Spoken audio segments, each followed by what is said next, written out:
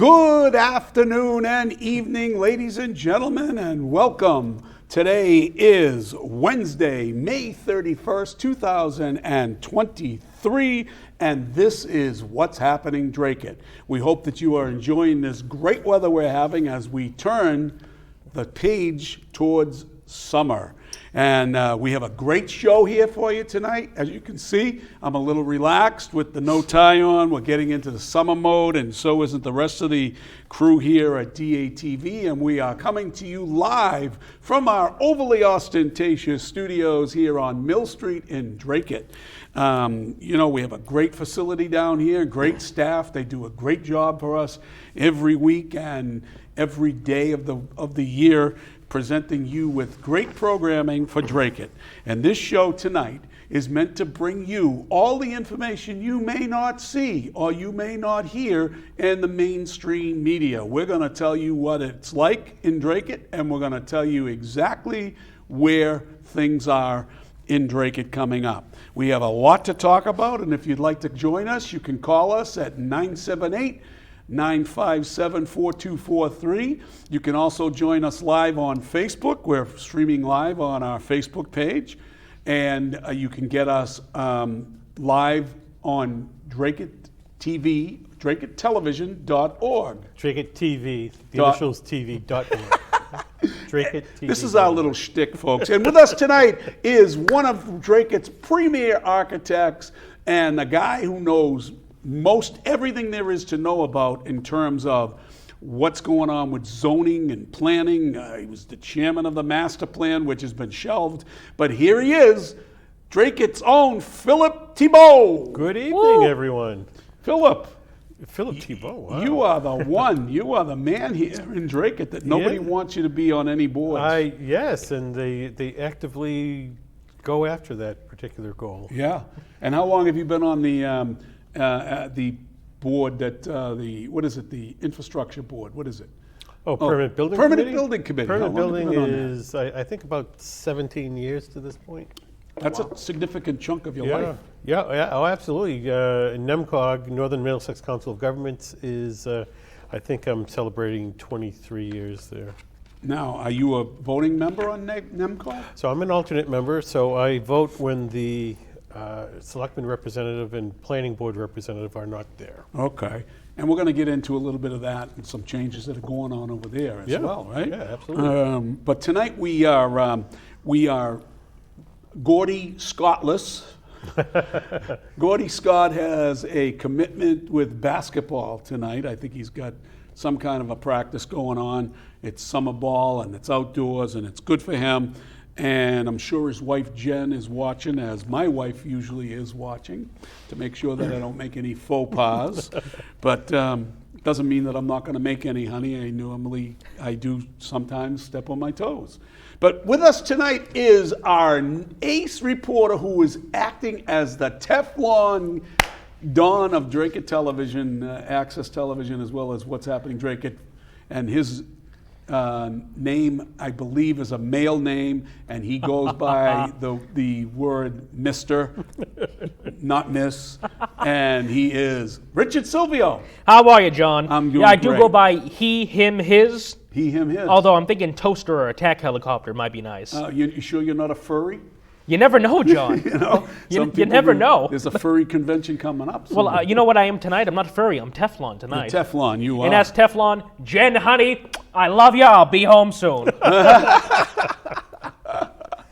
Well, listen, ladies and gentlemen, we do not have a weather report tonight. Sean was a little bit under the weather. Under the weather. No, I just think he was busy. He had to work yesterday, and with the holiday weekend, it was kind of difficult for him to put one together. But he did tell me that the weather is great in Dracut. Really, I disagree. I think storm clouds are brewing. That's a lead into the whole subject matter of this evening. We do have a couple of announcements we need to make. One, Phil, we have a birthday to announce. Yes, Mary Gail, happy birthday. Mary Gail Martin, who is chief aide or an aide to Colleen Gary. Correct. She is a cheerleading aficionado. Oh, absolutely. She's with Pop Warner, and I believe she does something with the high school too, doesn't she? Perhaps. I know she's very active in the community. Okay. And her birthday is today. She's 21 again. Yesterday. Oh, yesterday. She's 21 again, right? Yep. And Brian Martin is very lucky to have her. But we know Brian doesn't realize that. But but our Superman here, our superhero, furry Silvio. Teflon. Silvio has an announcement also. Absolutely. So this Friday night, if you're not busy, we have a graphic to show for a dance coming up. As you may know, I am the vice commander for the Sons of the American Legion here in town, and we are putting on a dance to raise money for the Sons, and the funding we get directly helps veterans in the community. It's this Friday, June 2nd, at the American Legion at 574 Broadway Road from 7 to 11 p.m. Tickets are only $5. You get them right at the door. There's going to be music from the 40s all the way through the 70s. There's going to be refreshments, food, basket raffles, 50s. It's going to be a wonderful time, and would be happy to have you. If you have any comments that you'd like to make, then you don't want to call in, you can always write them on Facebook, and we'll pick them up here in the studio and announce them here and try to answer your questions as best we can. We have so many things going on, Phil, in town, right? Where do we begin? Where do we begin? I don't know, because even the beginning is awfully far away. The beginning, yeah, is right. Well, we do have town meeting coming up, right? Yes. And yes. we're going to try to announce that several times tonight. Town meeting is on June 5th. And at what 7 time? o'clock. And where? At the high school auditorium. High school auditorium. Now, typically, they have a hard time getting people to come. Quorum is 250 people, so let's see if we can get that number. I don't know if everybody remembers, I had made a prediction that with some of the articles that are on town meeting warrant, that we were going to have more people at town meeting than voted in the town election. That's very true. So that's a possibility, but we how need 590 people to be at town meeting. Can you believe it? And we will have... That's considerable. Everybody can be seated in the auditorium. It holds 750 people. It'll never happen. We'll be lucky to get 250. Well, that's possibly true. There is an article, a second to last article is for a feasibility study for a Campbell school. Yeah, right. So that's important. That's important. So I think that may bring out quite a few people. And we're going to get into those articles very shortly, but what we wanted to do is start the show off with the issue that's happening up on Betty Ann Lane. Or Betty Ann, is it Lane? Yes. I think it is Betty Lane. Ann Yeah, Lane, it's yeah. Betty Ann Lane. I've been by there several times recently, and it's quite interesting. We have a couple of pictures, and we have a couple of videos to show. We're going to start off with Nate hooking us up with the CBS video. Mm-hmm. That's Channel 4 did a report on it, and then we'll lead into our video that will give you some insight as to what is happening here in Dracut. Take it away, Nate. A Dracut man's ambitious backyard project is causing controversy in town. Neighbors call the volleyball court a nuisance and want something to be done. But the town says its hands are mostly tied in the case. WBZ's Paul Burton brings us the story, all new at 6.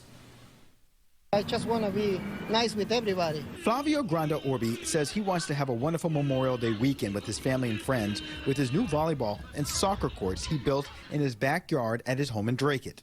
I want to say to them, like, I don't do nothing wrong. I just want to have fun with the friends, with the little kids. They always come. Flavio says the vision behind this project is because his backyard was so spacious, he thought it'd be a great idea for neighbors and friends to come together for some friendly games. What he didn't anticipate was some of the competition from several neighbors who don't appreciate some of the commotion that is causing. We as a neighborhood, and there's quite a few people here, and James Martin lives right behind Flavio's home. He and other neighbors voiced their strong opposition at a town hall meeting back in April. It's an outright nuisance, okay? They've got stadium lighting that shines right into my kitchen windows at 9:45 at night. Has he done anything wrong?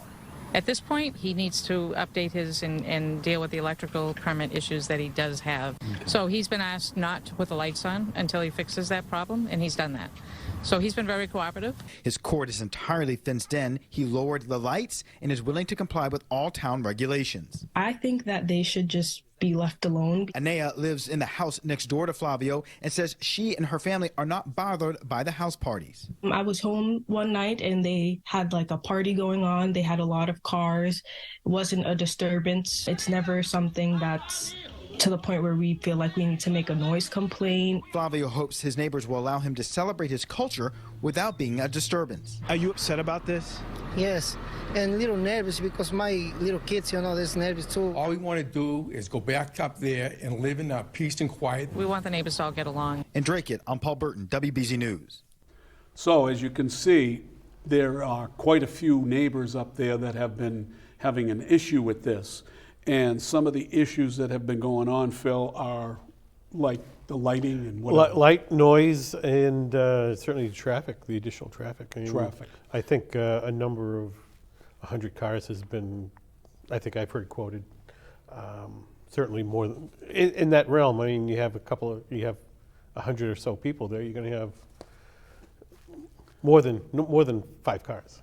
Now, Betty Ann Lane is kind of like a circular, it goes into a circular type of a community area where you drive around the whole circle. This house is all around that circle, and they're in the middle of this circle, and they have a lot of space that has been dedicated, as you saw in that piece, Richard, to a soccer field type. Well, it's pavement soccer, and it's also for volleyball. Have you been up by there? So I did drive around the neighborhood. I didn't locate where the actual soccer field was because I believe you had to look through a fence to see it, and it was kind of raining, so I wasn't able to see it. But does zoning have anything to do with them being able to have a soccer field? Because would that count as recreation, I guess, is my question?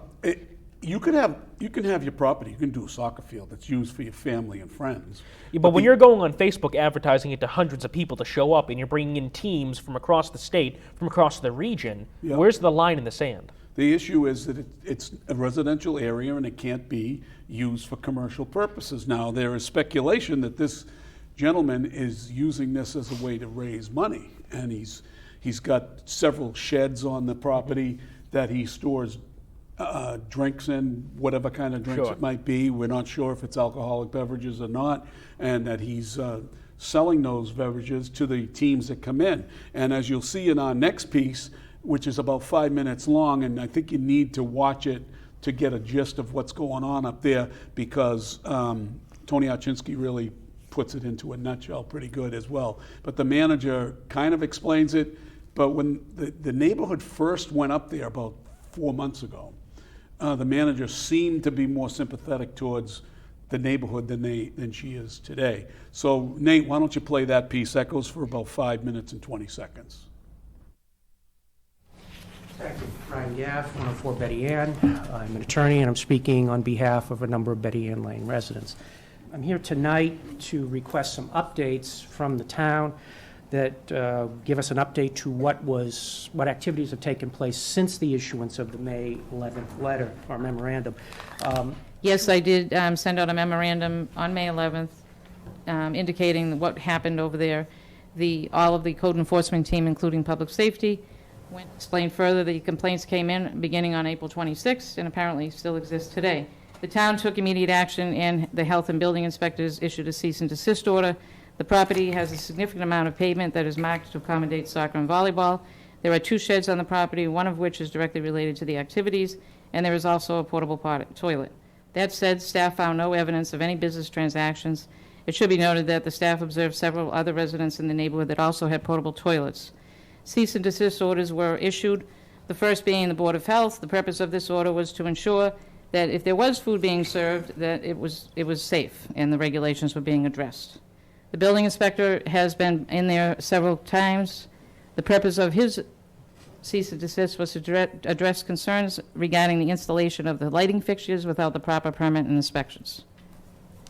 Property owner has been cooperative and has been working with the building inspector too. The building inspector and electrical inspecting are going out there tomorrow afternoon to do another inspection and probably issue another cease and desist order. Once the lights have been inspected, the homeowner will be allowed to use the lights as any other homeowner would be on their property. The sheds, there are 2 sheds, one of which is the primary one used to store beverages and various food items and to meet code requirements. Again, we find no sale of food happening. We had no evidence of a cash register or any kind of. The pavement is approximately 5,600 square feet. Stormwater issue will have to be addressed. The stormwater manager, Tina Ravad, is working with the owners to rectify that. She has issued a letter of direction. I will get the noise. With a large number of participants, there is a possibility that there could be continued noise. The deputy chief did speak to the homeowner regarding this.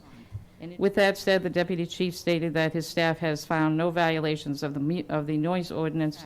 There are no public safety concerns with respect to the volume of traffic to be resolved by the police department and the installation of signs and other signage to control the traffic. In summary, it is the opinion of the code enforcement team that the resident is cooperating in obtaining any permits and inspections required. There is no evidence to support the claim of a business being operated at the residential location. The town has no jurisdictions unless there are public safety and noise concerns. Unless we receive or discover evidence of commercial business being operated at this address, the town has no jurisdiction to limit the number of visitors the property owners have. You've heard from the town manager that we've investigated the other health issues and other building code violations, and none of which appear to be evident at this time. The exception, of course, is the existing lights and the need for permit for that electrical work. Once that is completed, then we're back to the main question, if you will, of whether or not a zoning violation is in place. I happen to go by there Sunday afternoon, and in my mind, there's absolutely no doubt in my mind that this is organized sports happening. They had referees with uniforms on. They had players with uniforms on. Somebody brought to my attention the Facebook page that this gentleman runs, where he's inviting people that he doesn't even know to come and play sports in his backyard. And I did see more than 20 cars. I saw about 30 cars there on Sunday afternoon. Let's take, for example, the stormwater. So this guy builds a court and doesn't go by our stormwater regulations, and why aren't we telling him to take it out? Oh, we are. Okay. I mean, the stormwater issue is being dealt with. And then in the process of doing that, who's going to pay for the engineering and the computation, of what should go there? I mean, he certainly isn't going to want to take it out. Are we working towards allowing him to keep that if he meets stormwater regulations? He meets the stormwater regulations and requirements, yes, he's allowed to have pavement. So the best thing that we can look at here is the fact that it is an organized sports. I don't think it matters whether he's selling anything. I don't think it matters whether it's a commercial enterprise. This guy's inviting people he doesn't know in his backyard and is a nuisance to the entire neighborhood. Something has to be done. You bring a judge to see that, what I saw on Sunday, and there's no doubt in my mind that this guy needs a park to do what he's doing in his backyard. And just So, as you can see, Phil, there's some issues up there.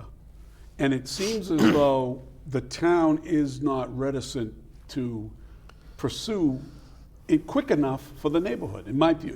No, I would agree with that. I mean, whether they're leery of getting into litigation, although it seems weird that they'll get into litigation for retribution purposes, but they won't get into litigation to protect a neighborhood. Yeah.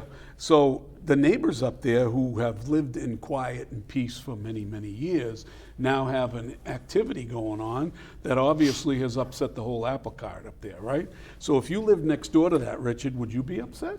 I would be enraged. Right. And it seems interesting to me that where the town's about to ask the people of Dracut to do something mind-boggling, which we're going to get into later on, it amazes me they wouldn't side with the residents in this. It seems that they're actually trying to go around the issue by saying it's okay to have pavement in your yard, it's okay to have a soccer match in your yard, and it's okay to do this and that, but they're not putting it all together. Which it is okay. You can have barbecues every weekend. You can have people over. The key is what Tony Archinsky said. When you advertise it. Yeah, when you advertise it and they're coming in and their uniforms and what have you, and I'm not beyond believing that those teams are paying an entry fee. Would you believe that? Would you think? To be honest, even if they're not, it's still a commercial enterprise. Right. In a residential zone. So when she says when the manager says there's no public safety issues there, well, that isn't what the neighborhood thinks. Well, I mean, so from a building point of view, I mean, it's established that he installed lights without a permit, without a licensed electrician. So I mean, that becomes a safety hazard right there. Now, nobody has connected the fact that by trade he is a contractor, so he knows that building permits are required. He's a roofer. Oh, I didn't know that. When you're re-roofing, you need to get a building permit for it. How many roofers do you know? Most of the ones they who do. are legit. That's right. So the one on Memorial Day that's tearing a roof off, is he legit? He should be. He should be, and I wouldn't hire him otherwise. But to now claim ignorance of, I didn't know I needed a building permit, That's flies, your job. It flies in the face of a contractor because they know. Yeah. Now, we know contractors who have done work without building permits. Yeah. Yeah, absolutely. And again, it creates problems. Yeah. So when you're saying that you're inviting, as Tony aptly pointed out, you're inviting. Would you invite somebody over your house that you didn't know? Absolutely. Hey, we're having a barbecue, Richard. Let's have some of anybody, somebody from Lowell, just put it in there. I'm having a barbecue, and come on over. I get concerned when one person is there that I don't know, and I find out who brought him. That's right. Who brought her, and who are they? Yeah, exactly. But to have hundreds of people, no, I'm sorry. There's a line somewhere, and frankly, they crossed it. Exactly. So what we need to do is, get to the root of this, and it doesn't seem as though they're acting quick enough, in my view. They said they did a cease and desist order on the lights, and supposedly he's cooperating with the issue and not using the lights, but they're still up. They're still up. As far as I know, they're still connected to the main panel. There's been no order to disconnect them, which there should have been. So put us through the process, Phil, in your experience. If somebody puts something up illegally and the town decides that you need to take it down.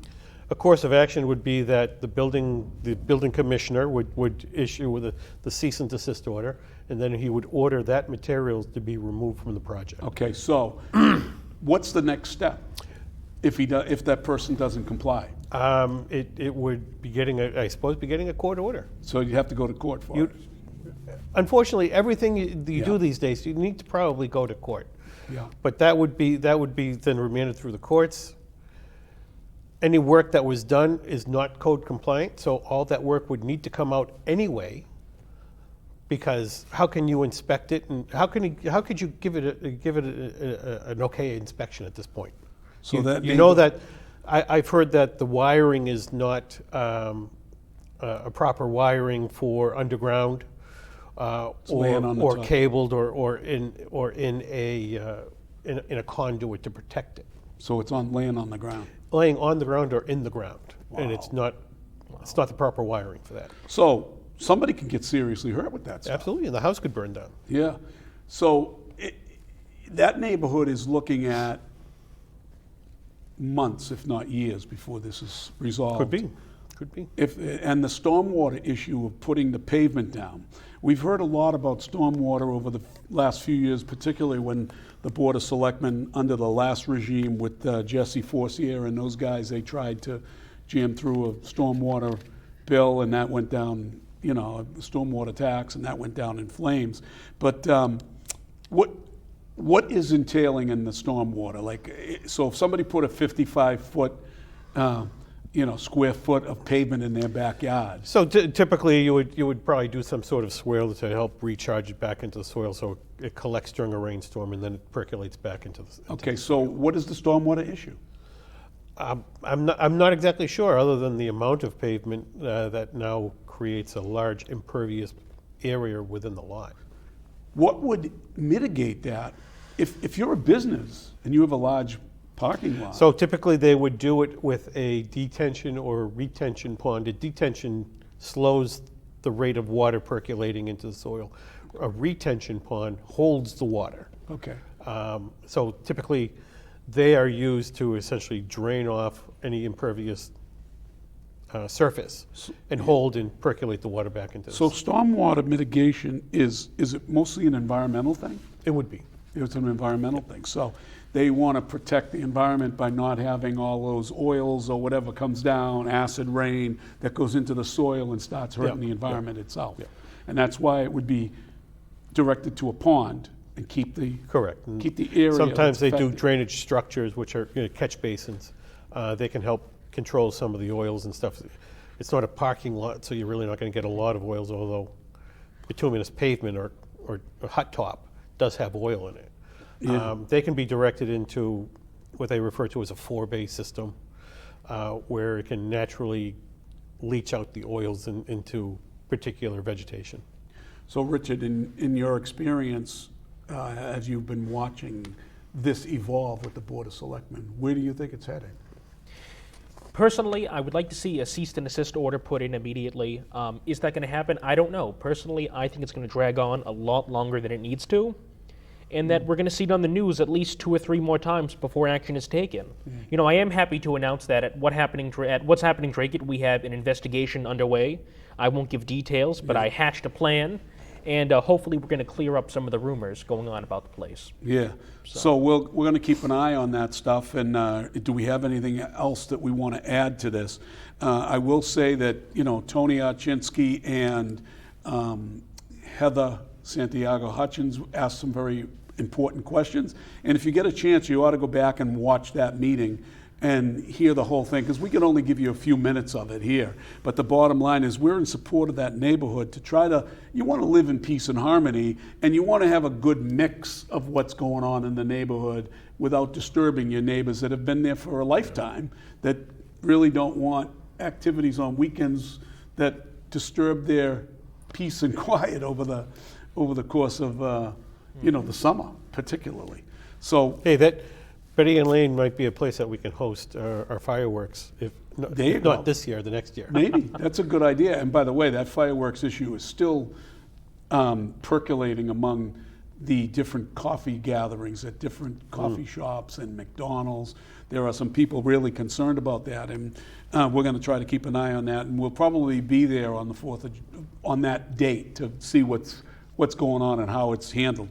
But the next issue we have, folks, is an issue that is quite interesting because it also involves another type of activity within a neighborhood that is causing a stir, and that's the Sandbar Beach Club and Grill, which is located at 39 Elm Street. It's in Tingsboro, but it's right on the line, right? And the town line runs right through the middle of the building.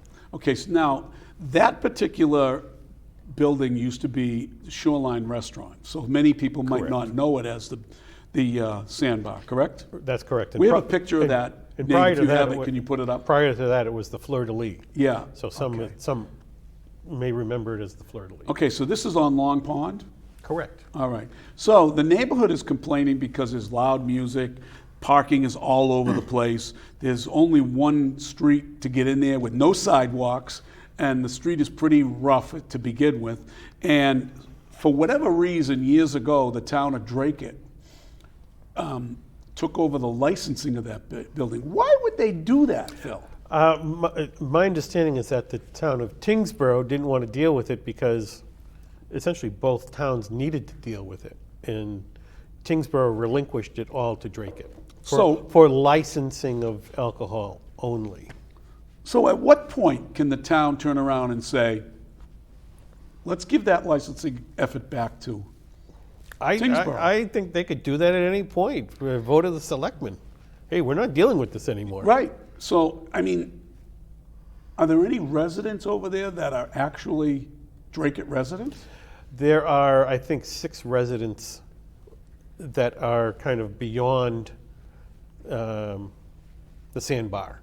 Have they been up there complaining? I believe they have. Okay, so we have a little investigative piece on that also. You can play that now, Nate, and then we'll come back in about 5 minutes.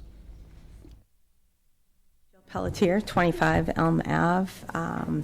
I've been emailing. I don't know if this is the place where I'm supposed to speak, but I have been emailing Allison about some issues that I've been experiencing over at the Sandbar Beach Club.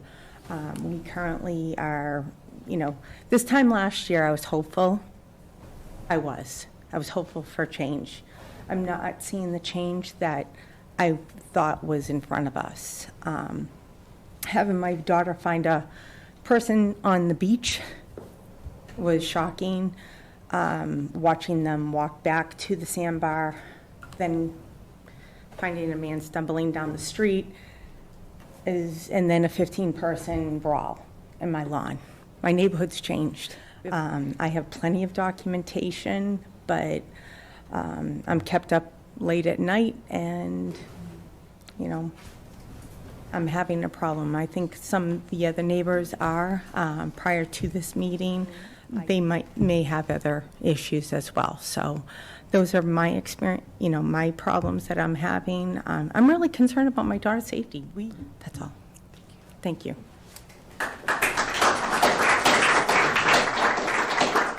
I'm here to support Jill. Jill is a nightmare. It's a nightmare at her house. She's not even telling you half of it, and my heart breaks for her. It's just not fair. We keep talking about it being a business. If it is a business, you should not have given it a club liquor license. It's not zoned for business, it's in the middle of a neighborhood, and you can't put a liquor license there. So I live 4 houses away, and I am still hearing the singing in my house. There is no way, if there's just an acoustic guitar and a little speaker or whatever, that I would be hearing in my house. He's not running like that, and it's not fair to us, and it's especially not fair to Jill. Thank you.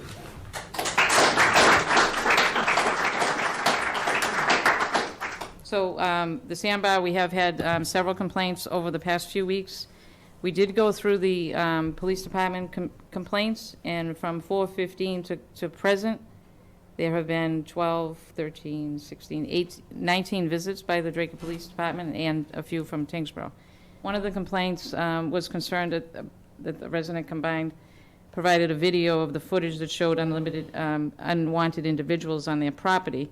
It's assumed that the individuals were from the Sandbar. That's an assumption that we can't make, and unless we, I believe gathering and speaking with the chief, yeah, there was some issues there, and it's possible that the people that were on his property were from the Sandbar, but we can't prove that, so it's not something that we can hold our hat on. But all of the visits and the activity over there, it certainly would warrant, I would think, at some point, a discussion a more detailed discussion with the owners. So my question would be, one second please, my question would be, considering the volume of complaints that we've received, how long are we going to continue to receive them until we have that discussion? Thank you. Selectman Archinsky. I guess my first question is, do we need a motion, because it's not on the agenda, for a show cause hearing, or can you just do that as the town manager? I don't. My preference is for the board to receive a formal complaint, typically from the police department, and a request for a show cause hearing. That's usually how it appears as an agenda item for your discussion, and then vote to convene that show cause hearing, which may take, of course, an additional meeting. We certainly can do that. Just so you know, I don't believe for 1 minute that that guy's running a private club. I don't think anybody in the room does either. I don't know how many more complaints we need before we have a show cause hearing. Well, and that's what we're doing, right? Yeah. We're discussing when we're going to have a show cause hearing. So right. The system works. Yeah. Okay. Well, then I agree with Mr. Dracut. We will be doing that at our next meeting. Madam Chair, one more, Town Council. We requested that Ann give us a report on the Sandbar at our last meeting. Yes. Wouldn't that... Does that qualify enough to... Does that qualify as... Well, again, you're the license holder. You're entitled to notice and hearing of Yes. Show cause. Right now, All we have is an oral report. We don't have any police reports that substantiate any of those complaints. I believe we do. So we do not have a liquor inspection officer. The way that the liquor inspections are handled is the code enforcement team does a liquor inspection once a year before the liquor license are issued. We do not have the staff. We would have to have it on the agenda in order to request that they come in. To take up the question of whether or not you would ask for a show cause hearing. So we're back, folks. Okay, so there's a couple of things that I wanted to talk about there. Richard, you had a question off here. Yes, I did. So if Tingsboro relinquished everything to Dracut and we retain the liquor license, who gets the revenue from the taxes? Well, the obviously the sales tax and everything is taken by Dracut. I believe so. Correct? I think that the property tax is probably 50-50. I see. Well, it would be split amongst the two towns? The two towns, depending on where the property lines fall. Right. And it would be proportionately charged for whichever town. But I think the revenues can't be that much. Can it? I mean, is it in the 50 grand land? I don't know. But, I mean, the headaches over there are certainly not worth the 50 grand. Or whatever it is. And I'm just throwing that number out. I don't know if that's a true number. Kevin Telly said that he chimed in and he said that place has been there for years. Yes, it has. But for the most part, it was a club. So now, is it a club or is it a business? So when it operated as the Fleur de Lis, it was a club. It mostly operated as a club. Then it became... and you had to be a member. Correct. And pay a membership dues to be part of that club. Right. And then you would launch a boat, and the bar was there, and you could do different things, right? So that a club license is quite obvious, and I'm sure the ABCC questioned this. Well, yes, because the club has to operate as a nonprofit organization. So what's nonprofit about this? Well, I've often heard that nonprofit is just a tax status. Right. So even the ABCC, which is the Alcoholic Beverage Commission, is kind of acquiescing to the wishes of the town, and the town really gave them a liquor license, right? Yeah. Based on that. So do they need to issue a liquor license there? Well, just pull the liquor license. What happens to the business without a liquor license? It's certainly operating as a restaurant, it really couldn't work. It couldn't work without that unless you had a BYOB, bring your own beer. Correct. You know, John, Kevin made an interesting comment. He said, Dracut approves sale and transfer of license, then complains that it's theirs. Yeah. I think that's a good point. However, I would debate that because we approved of that, back in, I don't even know, the 80s? Oh, yeah. When it was the Fleur de Lis was approved many years ago. To me, that's almost like saying, and I don't mean this as a wise comment, to me that's like saying, well, we approved of the WPA to build a road in Dracut back in '42, and now we regret doing it. Yeah. You know, at some point, things change, and things exactly. You can change. And circumstance changes. And if they're complaining that there aren't any police reports, right? Why don't they do a Dragnet Joe Friday in Camden type of thing and go out there one night, plain clothes, go in with a camera or something, and figure it out? So, the liquor license is issued by the licensing authority, which is the Dracut Board of Selectmen. So, Phil, there was a lot of discussion there on that particular meeting, on that particular section, about whether or not they had the right to make a motion at that meeting to call for a show cause hearing. And the open meeting laws are used negatively a lot in Dracut as a way to stymie debate and stymie stuff by saying and putting it out to the future. So I think the attorney was wrong, and I'm not an attorney. I only make believe I am one once in a while. But I think I know the open meeting law is pretty good. And as you know, Phil, that any subject that comes up can come up as long as the board of a whole and the chairman didn't know that the issue was going to arise, and a motion comes out of that can be acted upon. Yes, absolutely. Right? So again, the attorney is always going to say, well, let's put it off to the next meeting. In the meantime, that poor neighborhood is putting up with this for months and months and months. Yeah. When the authority can be pushing for a hearing 2 months down the line. And if you really wanted to be proactive about it, why not send the owner of the Sandbar an invitation. Please come to the Board of Selectmen. We've had a number of complaints, and we'd like to talk with you. It's not a show cause hearing, but we need to talk with you. Yeah, there's no reason why they can't do that.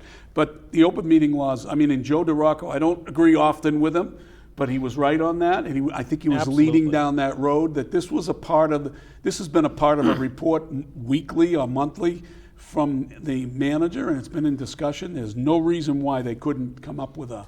Yeah, so Rob Shepard chimed in, and he brings up what would appear to be a valid point. The liquor license is best kept by Dracut for the safety of Dracut residents. My only issue with that is that a Dracut resident can't get to the Sandbar unless he goes through Tingsboro. Correct. Or if he travels by boat. Right. What my question to Rob is, what's the advantage of having that liquor license, other than the revenues? Yeah. I mean, oftentimes complaints are sent over to Tingsboro, the police, by Tingsboro residents, that's where they die, because the police in Tingsboro say, not our circus, not our monkeys. I mean, my question for Rob would be, with that comment, is does he believe that Tingsboro is more lenient with their liquor licenses? I don't even know. But the other issue is, how many Dracut residents have really been affected by all this commotion up there? It's mostly Tingsboro, right? Mostly Tingsboro. Like I said, there are about 6 houses that are actually in Dracut that are further beyond the Sandbar. That go beyond it. That go beyond it. So those people are affected by the traffic issues and everything else also. And the sound and stuff like that. But the majority of that neighborhood is in Tingsboro. So it's a flip no matter what you do. It's not going to be a fun thing going on over there at all, right? But the enforcement is obviously before the Board of Selectmen. Yeah, and ultimately all you want is for the Sandbar to be a good neighbor. They said they would be a good neighbor. Right. And I mean, it looks like that, the manager is, protecting the police. The police are doing their job. I mean, the woman said there was a fight on her front lawn involving about 15 people, right? Now, by the time the police get there, the fight's over, but there's video. So the manager said during the meeting, well, we don't have any proof that those people came from the Sandbar. The video shows. Well, I don't think they just walked up and picked her lawn. The video shows them walking from the Sandbar to the, to the place. John, don't you know about the AI altering videos and stuff? That's not trustworthy. The other issue is that neighbors now who are friendly with the Sandbar, and I believe, and I don't know this to be true or not, but in my opinion, neighbors are allowing people who are going to the club to park in their driveways for a small fee. Yeah, I believe there's a fee involved, or there's some kind of remuneration going back to the neighbor that's allowing that to happen. And of course, money talks and everything else walks, right? So what else is there any other issues on that we're waiting to see? Here's another issue that neighborhood's going to have to put up with for some time to come, right? And that's a shame. There is also an issue going on at Everybody's Bar on 550 Textile Ave in Dracut. Did you hear about that one? I did not. Did you hear about that one? I have not. So show us the picture that we have there, Nate. So apparently the issue here, this is the grand opening. As you can see, the manager is in the picture, the assistant town manager, Allison Genest is in the picture, and others. Joe DiCarlo is in that. Is Jen Kobzinski in that? And there's I don't see Jen in that. Yep, there's Jen and Victor as well. Yeah, so they're there, and I guess what's going on over there's been several calls to that place about loud noise, parking, fights or something going on inside the building, and that's another issue to be watched over the next few months, because that's going to be an issue also. Yeah, so they're new owners. I figure when the ownership was transferred. Yeah. But back before that, it was essentially if you want to call it a sleepy neighborhood bar. Have you ever been in that bar? To be honest, I have not. That bar is smaller than this studio, and it has a horseshoe bar and an offside room that has pool tables in it. I don't know if you can put 100 people in that bar. I don't know if you can put 50 people in that bar.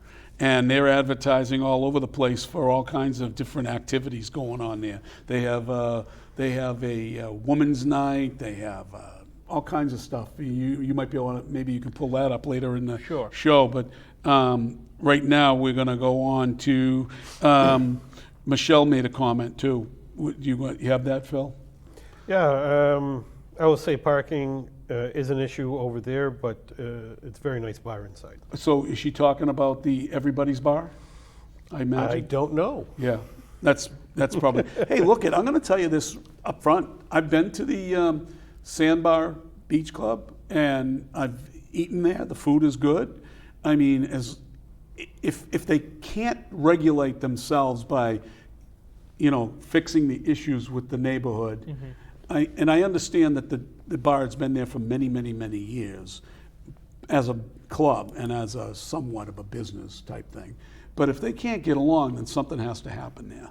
And I mean, the business owner has to be more amenable to the neighborhood. Absolutely. Again, when they go in front of the Board of Selectmen or the Planning Board, some of the first things they were saying, we want to be a good neighbor. It's like, well, it's time to be a good neighbor. Right. And a show cause hearing will determine whether or not you are being a good neighbor, and would add stipulations to it that would more constrict what they're doing over there. Yeah. I mean, one of the issues is the noise. I mean, decibels of music on the beach. Yep. I know they can't serve liquor on the beach, from what I understand. Well, I think they're not supposed to, but I think they may be. Which is another issue. That's another issue, exactly. So the next issue we have, folks, and we're running over time here on a lot of this stuff, but we're moving right along. The next issue we have is Dracut's tri-board. What was the purpose of the tri-board, Phil? Do you remember? If I'm allowed to say it, is it a bitch session? Yeah. I mean, I'm not sure, other than to kind of complain. Who's the tri-board? So it would be Board of Selectmen, School Committee, and Finance Committee. So, believe it or not, Phil, that particular type of a committee was set up when I was on the board also.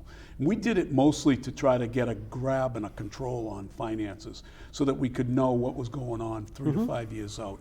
And they actually have met before now, and that it consists of the Finance Committee, the Board of Selectmen, and the School Committee, and they share information about their budgets, so all of the parties that have to present at town meeting have knowledge as to all the budgets and what's going on in those budgets. And what this particular committee is charged with doing is figuring out what the future holds on the budget. So we just had an election recently, right? And one of the candidates was... It wasn't me. No, it wasn't you. You weren't a candidate.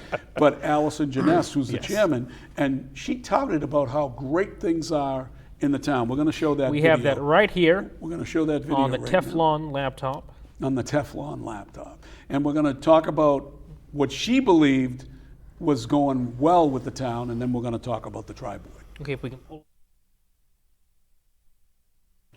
Dracut is in great shape right now, and we need to make sure we stay on the right track. I'm Allison Janest, and I'm running for re-election to the Dracut Board of Selectmen. We have strong leadership at Town Hall. Town finances are in good condition, and capital improvement projects are being tackled all over town. I'm asking for your vote to keep the positive momentum. As a selectman, in collaboration with my colleagues and the town manager, I've worked to keep Dracut affordable, strengthen planning and oversight, and to support our firefighters and our police officers. I've been an independent voice, and I focused on getting results. At my first meeting as a selectman, I kept my campaign promise, and I brought forward a proposal for the design and implementation of an annual goal-setting process for town government. That process helps guide the town's success. In addition to providing high-level direction for the town manager and her team, as well as ensuring that everyone's working toward the same objectives, that process provides absolute transparency for our taxpayers around what our government is doing, why our government is doing it, and how we're doing it to keep Dracut moving forward. For the last 2 years, I've had the So the key to this whole thing is she ran on the fact, and it ended up, she had no opposition. And, No. And Heather Santiago also ran, but Heather did not produce a video like this that says everything is good. Sunshine and lollipops, rainbows and everything was just going so well, and her husband has that show that sells, the naysayers like that other show and our show like to say things about, the negativity in the town. Well, the problem is the negativity in the town is there because you don't tell the truth. You're just saying things to get reelected. I'm saying that you're an individual when she's part of the 3-person cabal that controls the old board, is beyond the pale, right? The retribution towards DATV is part of it. We've seen that. Let's show the tri-board meeting now. We have about 5 minutes in the tri-board meeting, but this was a May election.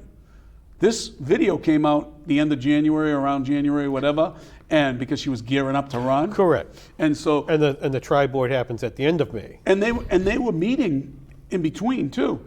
Was the manager informing the board of what the future holds, like happened at the last tri-board meeting? Put that up. Over to Ann and Victor to talk about our projected 1, 3, and 5-year budgets for the town.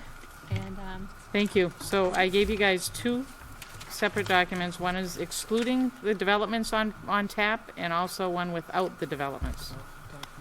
But just to give you an overview of what we're facing in the next few years. So we have a number of subdivisions that are coming online. Most of them are 3 bedrooms, but they're also not huge.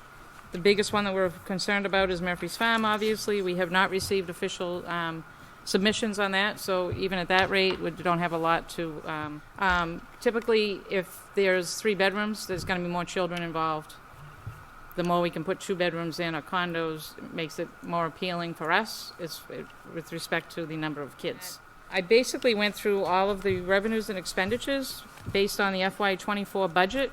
FY24 budget, we're solid there. We're in good shape. I don't expect that to continue. 90%, honestly, of most of these expenses are salary. We don't have a whole lot of room in individual budgets.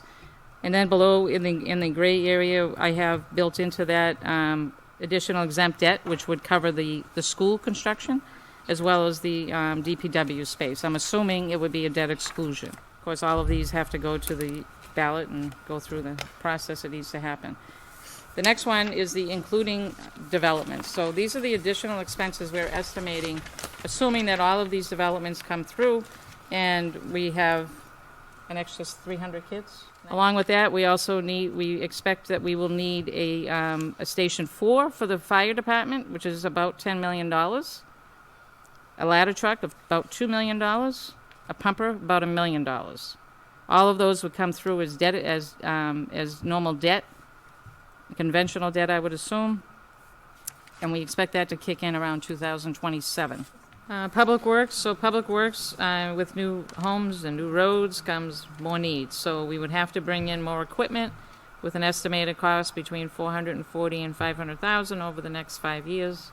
Additional revenues that we may see that will offset some of the expenses. So for FY25 and 26, it's strictly just value revenue from the new construction. 27 through 30 includes, through 29 includes the debt exclusions for the new buildings. So unfortunately, in the end, with or without the developments, we're looking at about a 2.1 to up to a $4.5 million deficit from FY25 through FY29, and then with the developments, we're looking at 2.2 as well, up to 7.3 million.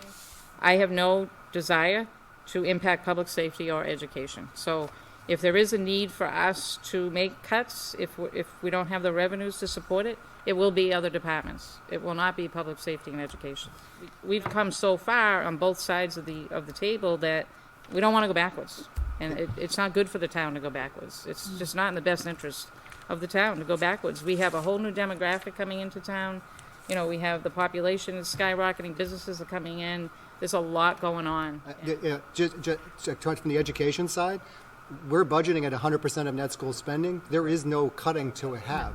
We have to spend the minimum. If there's nothing to cut, then where do you come up with $2 million? You have to come up with a revenue source. It's the only solution, or you close departments. But I know the board of selectmen have a goal of no new fees. And I guess for me, I would just need to understand what the options are. I can't. New fees or an override. But there's no fees, so the only other option. No, is the an increased override. fees, but you could do a combination of both. If I can just add to the O word, you know, I think a lot of people don't understand that we're also responsible to the taxpayer. And in my own experience as being a selectman for the last 10 years, I have supported every single operational override that has come before this town. I think there were 3 of them for operations, and the taxpayers just do not have an appetite for it. And I quite frankly don't think that the demographics of the town have changed all that much since the last one went down in flames. So do they have an appetite for us laying off employees? My question. Then what do we do? Yes. Because sitting here with a $2 million deficit up to a $7 million deficit isn't, like, the town, like... It's going to collapse. So you heard a lot. There was a lot of information over there, and it isn't even close to being what really was discussed that night. So you should go look at that tri-board meeting and get the real gist of it. And we only took out a little portions of it. And so, to be fair, that video was cut up so that we can get some individual comments in from different people to see, so you could see the issues they're facing. And you know, I have the spreadsheets that the manager presented that show over the next 5 years, starting with 25, where you have, without all that development of the nearly 900 units of affordable housing. Phil, what's the difference between affordable housing and low-income housing? So affordable housing has to deal with the median income of a particular area. We're associated with Lowell, so it's I think 80% of that median income qualifies as low income or affordable. So low income is like 30% versus 80%. Correct. So affordable really isn't that affordable. No. And how many of those units will be affordable? 25%. 25%. So if there's 100 units built, right, 25 will be, and the other affordable, will be market rate. It will be market rate.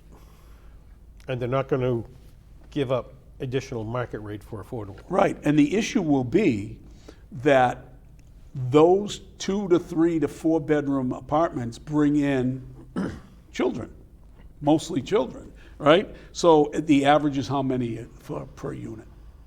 2, maybe? Maybe 2. I mean, so, most families are no more than 4. Right. So if you have 900 of them times 2. So that's 1,800. We were kind of going over this the show earlier before we started.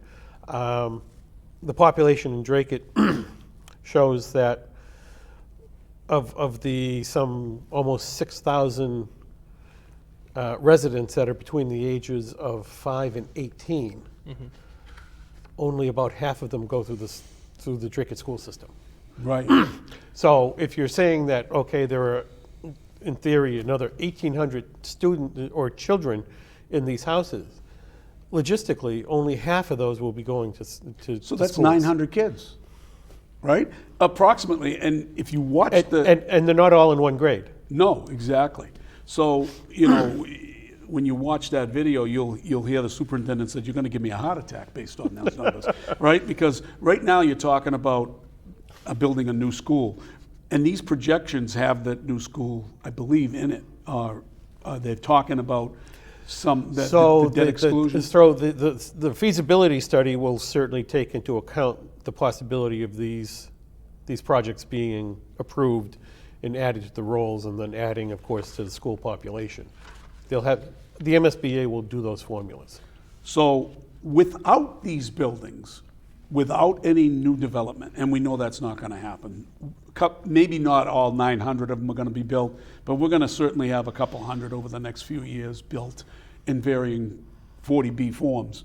So without those buildings, right, the budget can balloon to a deficit from $2 million to $4.4 million. You know what I mean? Wow. It can balloon by the year 2029 to be a $4 million deficit. And that would include playing, I hear music. I hear music. Is this the Titanic? John, wait a minute, John. It's near my God. This isn't really funny, but I mean, it's Tell true. me, seriously, John, we're on the ship. The lifeboats have sailed. The band is playing. Things aren't looking good. Well, look at, with the developments, that goes from $2.1 million deficit in 2025 to $7.3 million deficit in those. I'm not sure years. how those particular numbers come to be. I mean, I heard Ann talking about how we need to build a fourth fire station. Right. But where the stations are located, my understanding, the fire department can reach any area in Dracut within 7 minutes. Right. So say that Murphy Farms go through and they want to have a fire station, I guess just for Murphy Farm, because where else are you going to put it? Right. Logistically, that's kind of foolish. I mean, you may add additional personnel to the Jones Ave fire, which is Station 2, because it's from there. It's a straight shot right down Wheeler Road. So it's not like it's extra travel distance. They can probably reach them within that 5 to 7 minutes. Yeah. The other issue that you mentioned was the DPW is going to need a new building. There's been talk about a new DPW garage. Yeah, and there is, this goes to extend how the state and federal government is overextending their reach on environmental issues. It's just the tip of the ice. When you talk about electric vehicles and we talk about switching from oil and gas to fossil fuel, get rid of fossil fuels and going to windmills and all that stuff, that's a whole other show we can have. But the bottom line is, we're talking about now they want to tell you how you clean those particular trucks. Now, I recently heard from somebody in the know that some of the money from COVID was used to purchase incidental expenses like DPW trucks and fire trucks, and they need to be housed somewhere. That's the building we're talking about.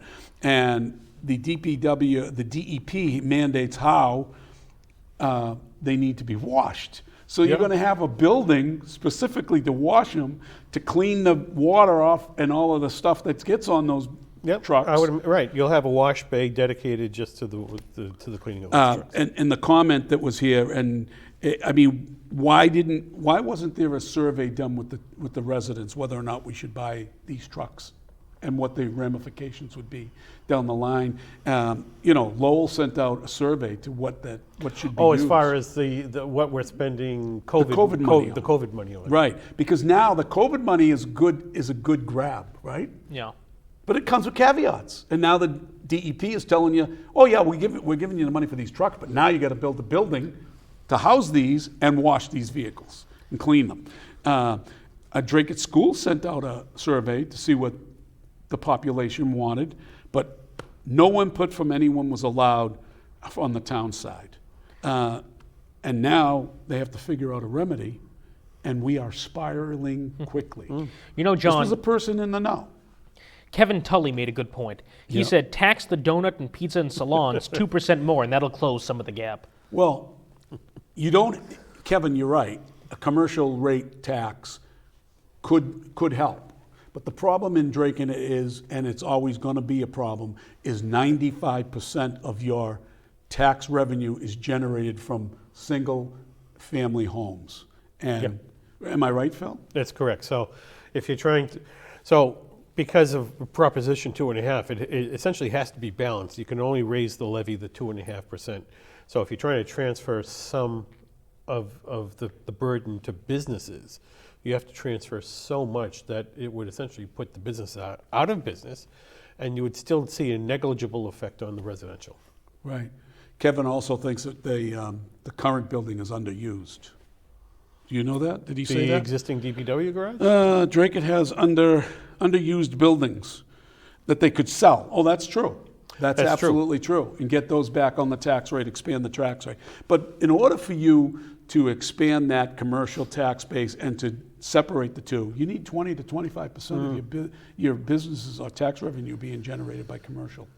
Absolutely, and for Dracut to move the dial just 1% from the 95 to 94 would take about $50 million worth of development.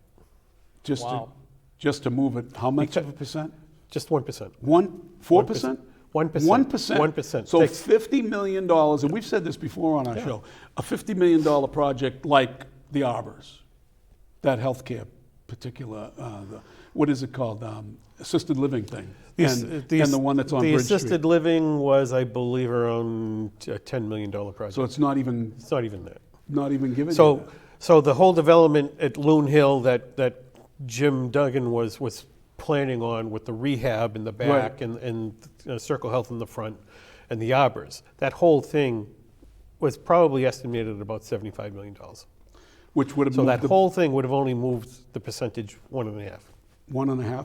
You know, so you're talking hundreds of millions of dollars worth of yes, development in the commercial side to change it. You're not going to do that with Dunkin' Donuts or Kevin Tully Donut Shop or whatever. No, right? To some degree, you almost need something like a Simon Mall coming in and buying up the Brock's property and saying we're putting in a whole outlet development, or as one member of the board of the Finance Committee, Sean Ash, alluded to during that whole discussion, which we didn't put in the piece, an electric company, a power generation company was trying to come in maybe 20 years ago, and it got stymied for such a long time. The economy fell out, and then that business went somewhere else, and they're not slated to come back. They were going to go in Brock's.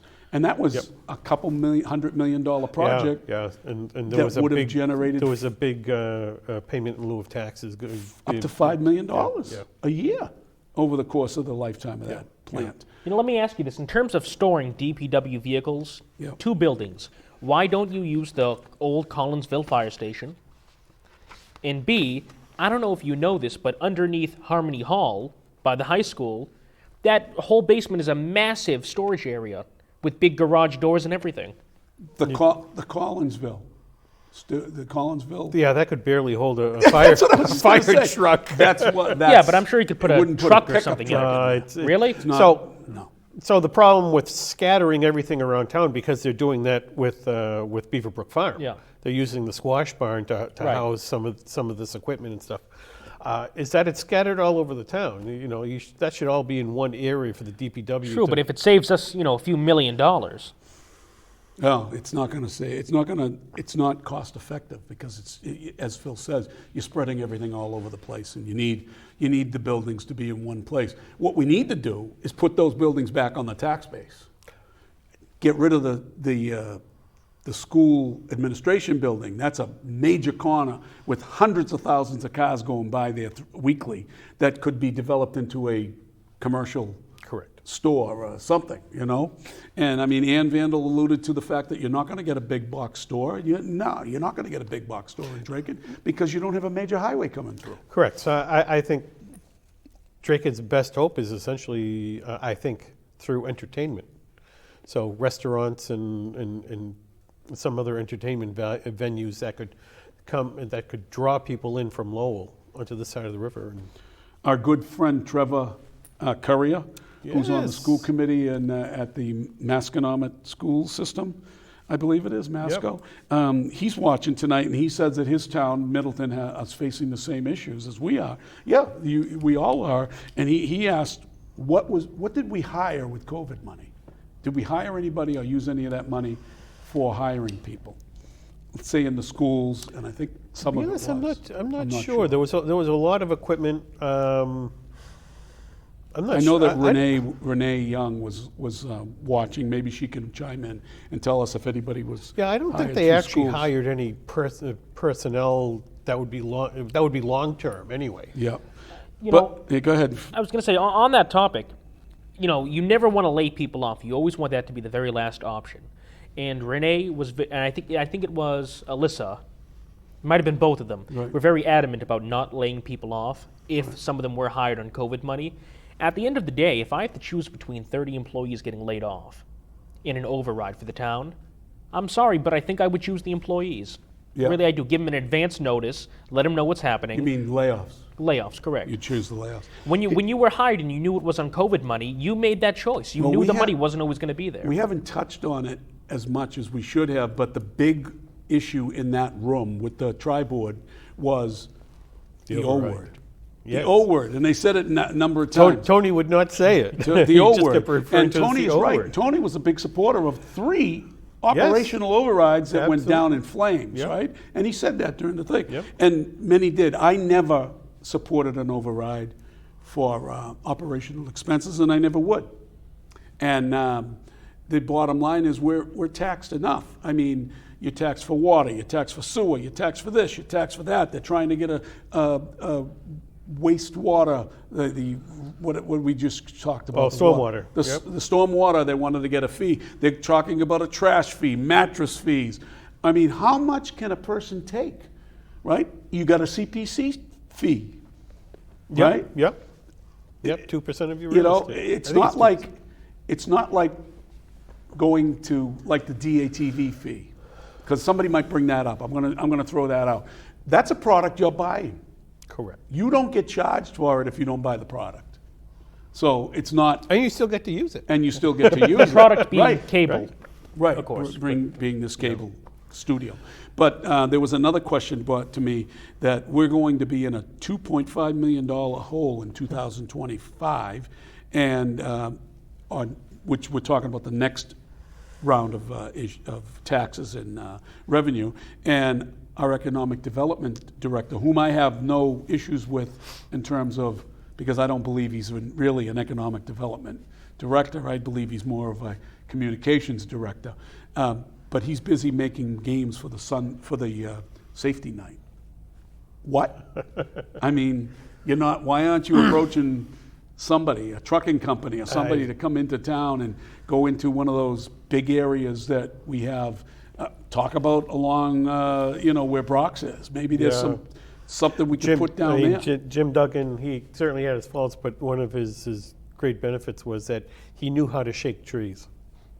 Yeah, and Rob Shepard chopped in and said that schools kept hiring with recurring revenues, which is a good thing.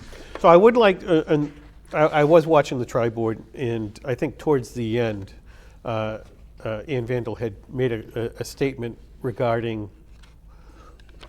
some reasoning of why we're in this position. Right. And she said that and I have to tend to agree with her, that it started when Proposition 2.5 was enacted, that Dracut kept its levy low at that point, where all the other communities were raising their levies to get the ceiling up high, not taxing it out, but getting the levy up high so they could draw from that at a later date. Dracut never had that high ceiling. No. And right now, the levy limit is almost to 100% spending every dollar you come in. Right now. I would say it is effectively 100%. Yeah, because you get $7,000 left in the till. It's effectively 100%. Right. So what they should have been doing over the years, putting 10% of that levy limit, raising it up and not taxing to the limit. Other than I suppose they needed the money because everything was always cut so razor thin. Yeah, exactly. So when we started off, we were just too low. Yep. So folks, we have real issues, and for the life of me, I'm waiting for Allison Janess to apologize to the Dracut public on why she said our finances are in good shape when we're facing over the course of the next 5 years a potential $7 million deficit that's going to go to, that is going to reduce to an override that's probably going to go down in flames. I don't know. Does it sound like the library gets closed again? I mean, that was a real hard time. Do you believe demographics have changed that much? That people are going to? They haven't. They really haven't. Because even if that's true, how did we get 500 people to an election? Yeah. If they cared about this stuff. Yeah, the demographics in Dracut really have not changed. And we're going to have a hard time getting people to the town meeting, which we're going to be a segue into our town meeting. before we get to that town meeting, by the way, good news, Bruce Cody got reappointed to the CPC board this past week. And one of the things that we should be thinking about too is maybe it's time, if we're going to ask, if at all there's going to be an attachment to raise revenues through an override, maybe it's time to get rid of the CPC fee. I would think that everything is going to have to be on the table. All right. I mean, for us to start bringing up, about how the library closed it, several years ago, then you need to bring up CPC and is that additional revenue. I'd say now's not a time to be building pickleball courts or fitness courts. Every little bit helps. Yeah, except that money, to be fair, that money is there and it's not money that's tax money. It's revenue that we can only use for those purposes. So let's talk about the next subject, town meeting and the warrant articles. We got about 12 minutes. We're not going to get through all of this. But to be honest, I think it has been trimmed down with the last Board of Selectmen meeting where they were having some trouble comprehending the different zoning changes. And so at that meeting, they essentially concurred that they would make a motion to defer all of the zoning articles to a future town meeting. And I believe they actually said indefinite. Wow. or not determined. So, I mean, that's pretty much table it for a long time. Hopefully it doesn't go past November. Rob Shepherd said that hopefully the next tri-board meeting will hopefully have some ideas to discuss, but the tri-board isn't the board that's gonna drive the bus on overrides, right? No. It shouldn't. Nor can it really be, a committee that finds the panacea that, okay, this is how we generate all sorts of income for the town. And where does an override start from? Only the Board of Selectmen can ask for an override. Correct. And it has to go to town meeting to be passed. That could happen. Both of those things could happen. But when it gets to the ballot, as Ann said repeatedly, it could be crushed. So that's just to answer those couple of issues. And you're right, the deficit is, there's no proposed cuts at this point. It's really early in the game for that, Kevin, and as they said several times. But getting back to the warrants, so that issue of the zoning issue is deferred, and how many of those? There were 17 articles that dealt with zoning. What does that bring the warrant So down we'll to? be down to 25 or so. And the major issue on that is going to be the school. So the second to last article deals with school feasibility study. That's article number 43. And so they're looking, I believe the number is $1 million to do a feasibility study for essentially a new Campbell and Greenmont school. I think they're going to be combined. Wow. So. And where are they proposing to put that? That's part of the feasibility study that, hey. Where it goes. Where it goes. There's land at Campbell. There's a decent sized parcel, but is it big enough for two schools? Two buildings. Yeah, because And they parking. typically like to segregate those into actual separate buildings if you have two schools.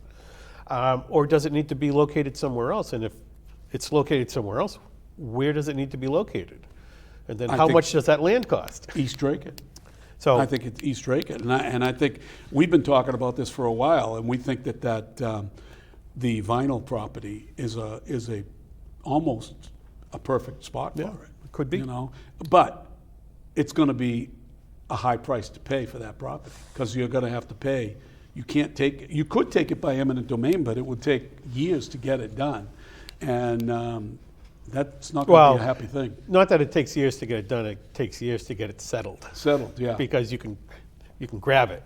Yeah. But then it needs to be settled, and that can get protracted on for years and years. Yeah. You can see, they're doing the same thing in Lowell. They still haven't settled on the Arcan Drive professional office building that they took to build their high school.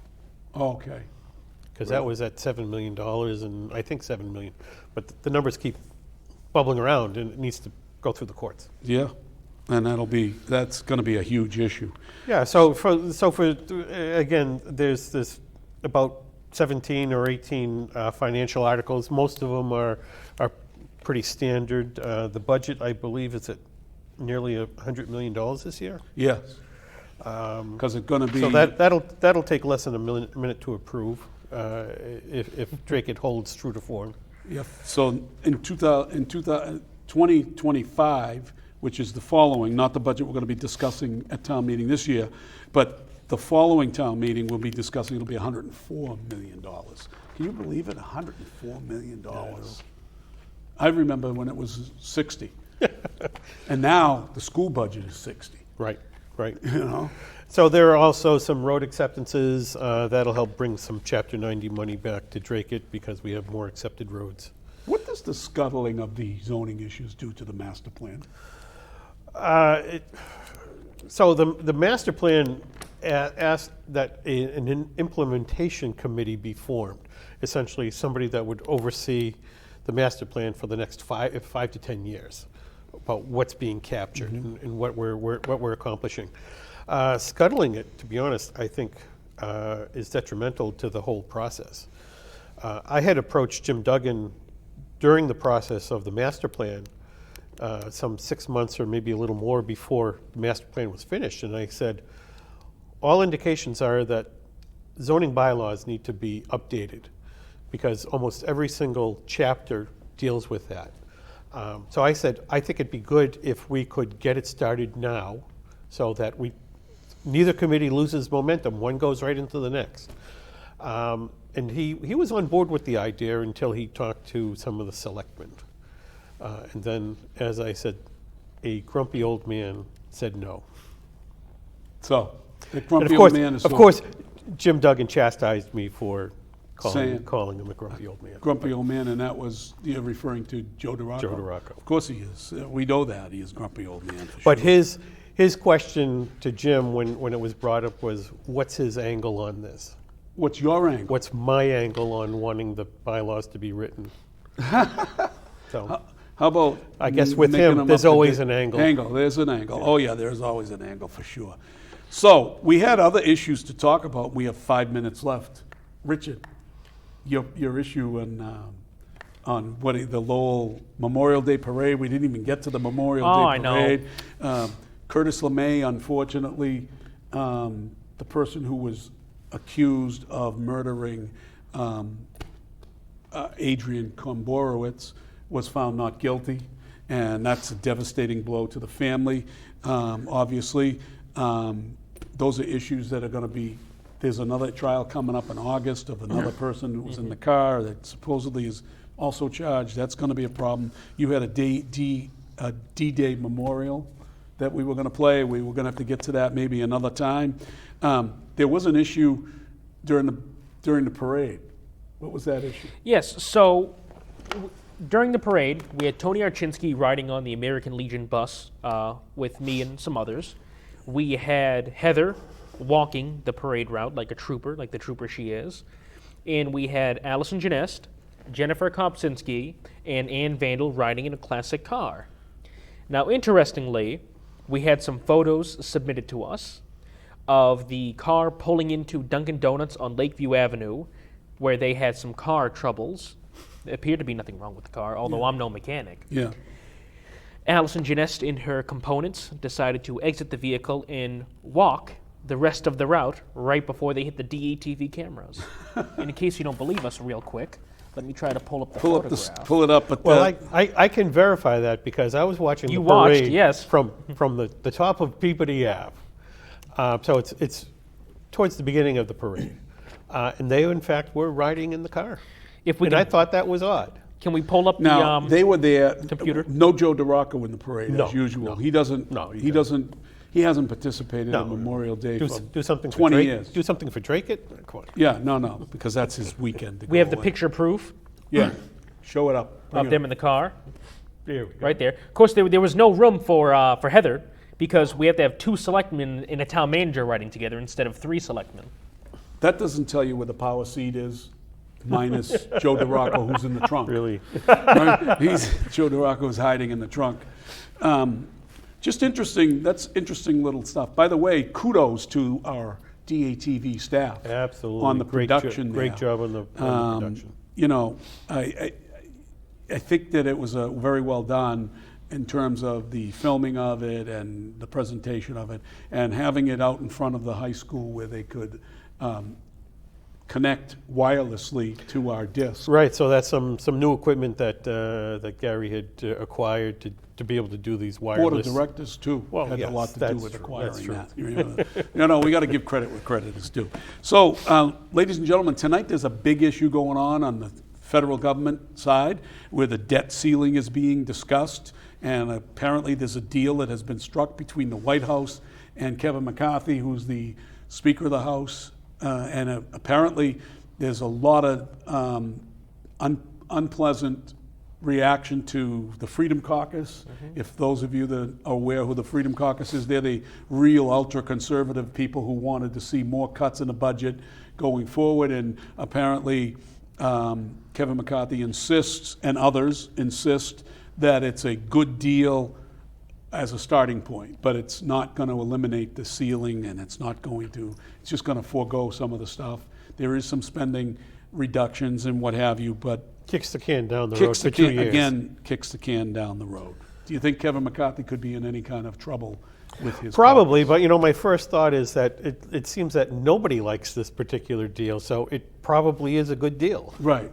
And that's usually what happens when an arbitrator gets involved. They make you both unhappy. Yeah. And that's probably what's and I suppose the fear of the extremes on either end, the Freedom Caucus and whatever the progressive left side says. You can throw some, that neither one of them really is. Both sides have been very vocal about not liking it, and will they scuttle the whole deal? So Tim Scott jumped into the presidential race. You got that picture you can throw up there, Nate, the picture of Tim Scott. Does Nate know who he is? and Ron DeSantis.